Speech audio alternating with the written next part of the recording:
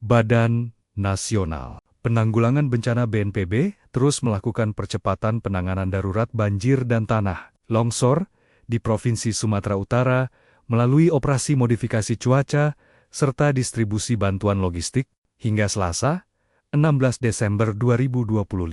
Total korban meninggal dunia tercatat mencapai 360 jiwa, menyusul ditemukannya korban tambahan di Kabupaten Tapanuli Tengah. Sementara, 21.579 warga saat ini masih berada di pengungsian. Fokus utama tim SAR gabungan saat ini adalah mengoptimalkan pencarian di 4 sektor prioritas, termasuk wilayah Tapanuli Selatan dan Kota Sibolga, sembari melakukan pemulihan akses infrastruktur yang terputus akibat bencana. Usai banjir bandang terjadi, suasana desa Aik Garuga berubah menjadi lautan pasir dan gelondongan kayu yang berserakan di mana-mana menyebabkan sekitar 245 rumah warga rata dengan tanah. Kepala Desa Aik Garuga Risman Rambe mengatakan, hingga hari ini ada 14 orang masyarakatnya yang masih dinyatakan hilang, salah satunya adalah anak kandungnya. Terjadinya bencana banjir bandang ini, desa kami ini berjumlah 245 kepala keluarga.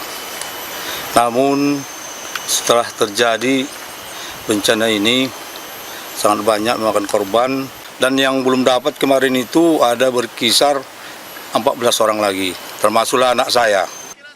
Meski dalam suasana hati yang sedih dan berharap anak laki-lakinya segera ditemukan, Risman Rambe masih semangat mengurus masyarakatnya yang saat ini seluruhnya berada di lokasi pengungsian. Masyarakat Desa Aik Garuga berharap agar pemerintah transparan mengungkap penyebab banjir bandang dan meminta seluruh pihak terlibat agar bertanggung jawab kepada masyarakat terdampak. Seluruh Indonesia sudah melihat keadaan ini. Sudah saya bilang tadi bahwa kampung ini sejarahnya beratus tak pernah demikian. Perlulah untuk pemerintah jujur melihat umpamanya situasi ini, karena ini harus diusutlah bagaimana siapa yang bertanggung jawab dalam hal ini.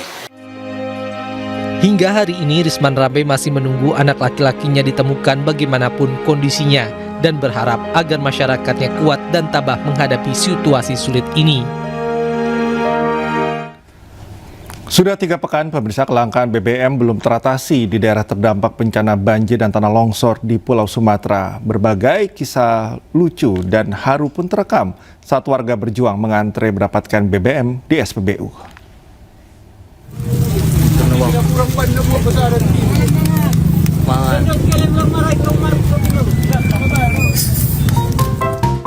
Berbagai kisah lucu dan haru menjadi pemandangan keseharian warga saat mengantre mendapatkan BBM di SPBU pasca bencana banjir dan tanah longsor.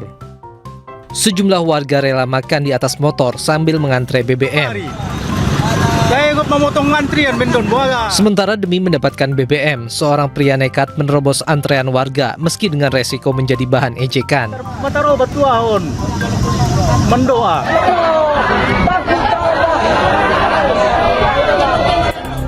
Lain halnya dengan wanita yang satu ini, karena tak kuat mengantre berjam-jam, wanita tersebut pingsan di tengah antrean karena kelelahan. Beruntung petugas sigap mengevakuasi wanita tersebut yang nyaris jatuh dari sepeda motornya. Kami harap kepada Bapak Pemerintah atau Bapak Bupati, kalau mau buka ya atau membagi BBM jangan satu-satu, ya. Kalau bisa buka 5-5-nya, yang di Purba, yang di Aik Godang, yang di Aik Galoga, yang di Aik Korsik, dan yang di Pasar Lama, ya. Saya yakin penumpuan tidak akan ada, Pak, ya. Ini Pak, masyarakat ini butuh BBM, Pak. Ya, dengarkan suara masyarakat kita ini.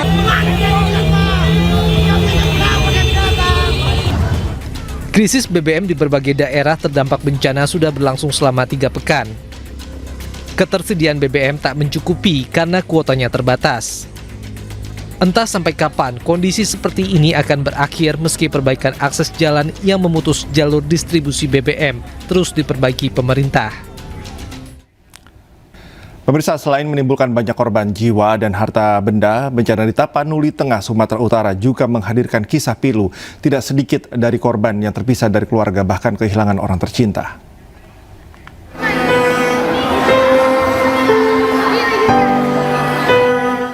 Seorang bocah laki-laki 10 tahun kini harus rela menerima kenyataan hidup sendiri bersama pengungsi lainnya di Gedung Serbaguna Pandan, Tapanuli Tengah, Sumatera Utara.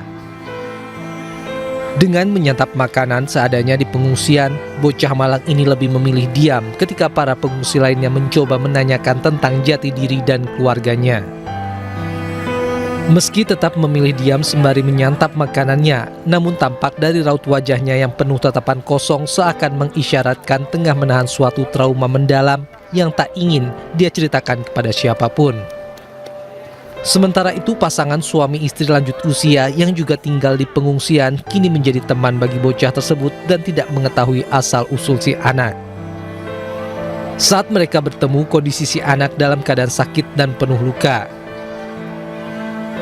Pasutri tersebut berinisiatif membawa si anak ke posko pelayanan kesehatan yang didirikan TNI.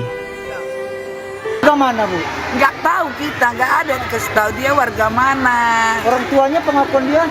Nggak ada dia ngomong, cuma dia yang tahu. Nek, udah itu aja saya tanya. Kau sama nenek? Nggak tahu, nggak mau dia jawab. Jika kondisi telah membaik, pasangan suami istri itu akan membawa si anak pulang bersama mereka dan mengupayakan mencari pihak keluarganya. Ya pemirsa, ribuan warga korban bencana rela berjalan puluhan kilo dari Bener Pria, Lok Semawe, Aceh menuju Aceh Tengah. Mereka berjalan kaki demi mendapatkan bahan makanan dan juga bahan bakar minyak.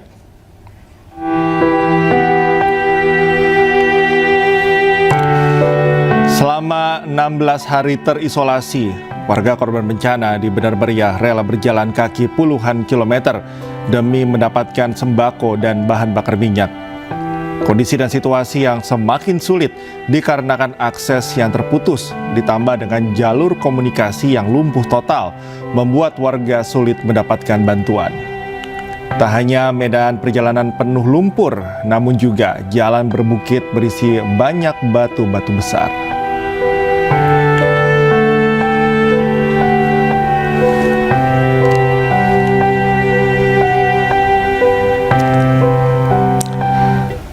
Dan saat ini kita terhubung dengan jurnalis iNews Jamal Pangwa di PD Jaya. Selamat malam Jamal, bagaimana kondisi terkini di sana?